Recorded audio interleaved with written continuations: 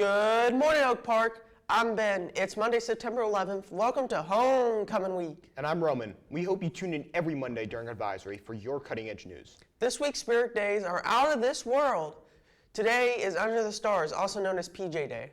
Tuesday will be Clone Wars, dress like a twin day. Wednesday is Space Jam, wear your jerseys. Thursday will be Fly Me to the Moon, find those vintage clothes. Friday will be Blackout, wear black. Wednesday, junior and senior girls will play in the annual Powder Puff flag football game with the boys acting as cheerleaders.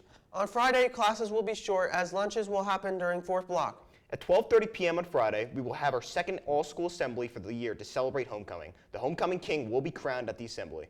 After the assembly, the parade will starts at 1:30 p.m.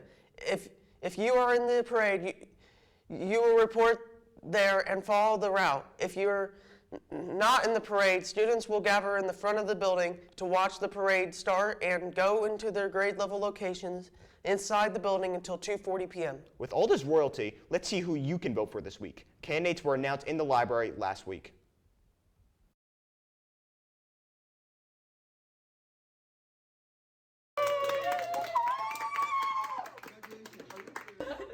She's gonna show genuine shock every time.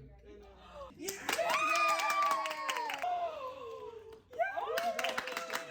Let's go! Oh my god, I have a runway. Safe to say. Guys, I think. Were you calling down to the library? Oh my god!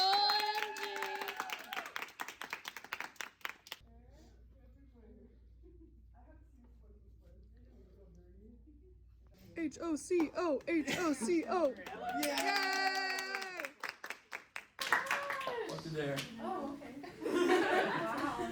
Are you recording now? Yeah. Okay, cool. We're high.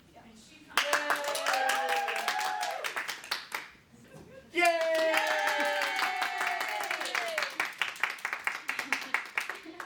Right to here. Okay.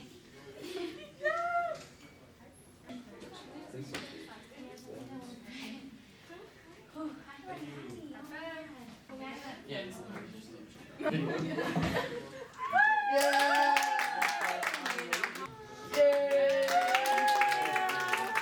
Alright.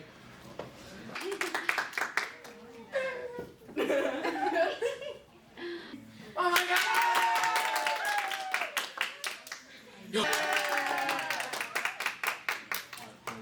Squad, that was a great job. Tomorrow, 3 a.m. be like, you're not even homecoming! Ah!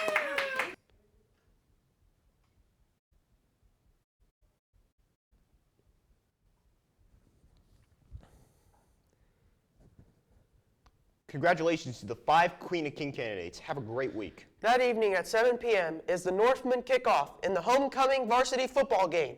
At halftime, 2023 homecoming queen will be crowned. Remember to buy your tickets at gofan.com ahead of game time. Speaking of football, the team has worked through a historic heat wave in the last few weeks. Let's hear from them. Yeah, so we really were pretty fortunate this year. We really only had about 1 week that we had to make adjustments for the heat. Certainly football, is a little different animal than every other sport because they've got equipment on with the shoulder pads and the helmets and everything else, so that raises the core body temperature even more. And then being on the turf, that insulates the heat, makes it even hotter than it actually is.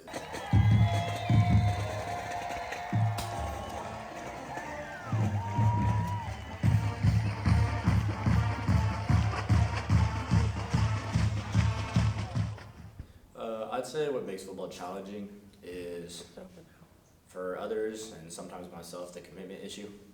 To waking up every day, coming out in the heat, coming out sometimes in the cold or something like that, and doing things that you don't want to do. It's getting past the mental hurdles and everything like that, as well as just coming to terms that there are things that you won't be able to do and things that you will have to do that you just don't want to do. And what makes football challenging is just the consistent grind that every football player needs, like coming in the morning, right? Putting that work in, having to go to school, sometimes even have to have practice right after it, and it's just consistent day in and day out. What makes football challenging is that, having to wake up at like 6, 5 o'clock in the morning for practice, having sometimes go after school practice, when it's hot outside, and just really having just to fight through. We're very fortunate. We've got a great trainer here in Matt Scare, and Matt, there's a device called a wet globe, and wet bulb, and so it goes outside and it takes a measurement of not only the heat, but the humidity, the air temperature, everything that is surrounded with what makes the temperature what it is. And if that temperature reaches a certain number, then we aren't allowed to practice it. I think it's just going in, being exhausted every day.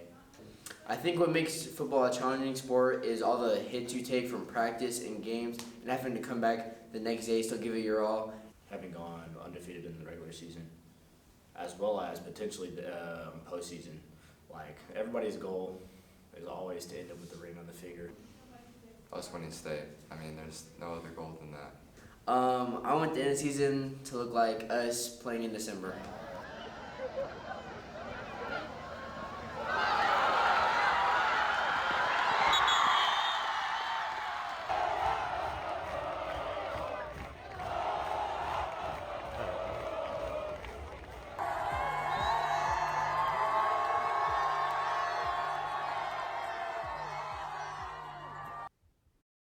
It must be very challenging to play in that heat. Great job, Northman. And don't forget to find those dresses and fine clothes for the 7 to 10 p.m. homecoming dance Saturday night.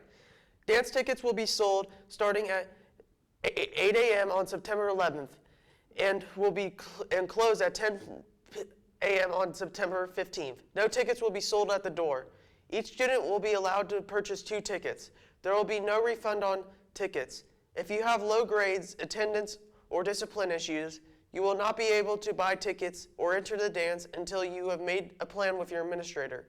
Any student who has not completed A+ tutoring training needs to email Jennifer Buck. In order to start earning your 50 tutoring hours towards A+, you must have completed tutor training. The training is online and can be done at your own time. Email Mrs. Burke to get the link to your online training so you can start earning your tutoring hours. If you'd like to talk to her in person, stop by the first floor A+ office in the east hallway near the cafeteria. Thank you for watching. I'm Ben. And I'm Roman, signing off for all of us here at the Axe. Remember to be ready, responsible, and respectful at Sea Oak Parkway.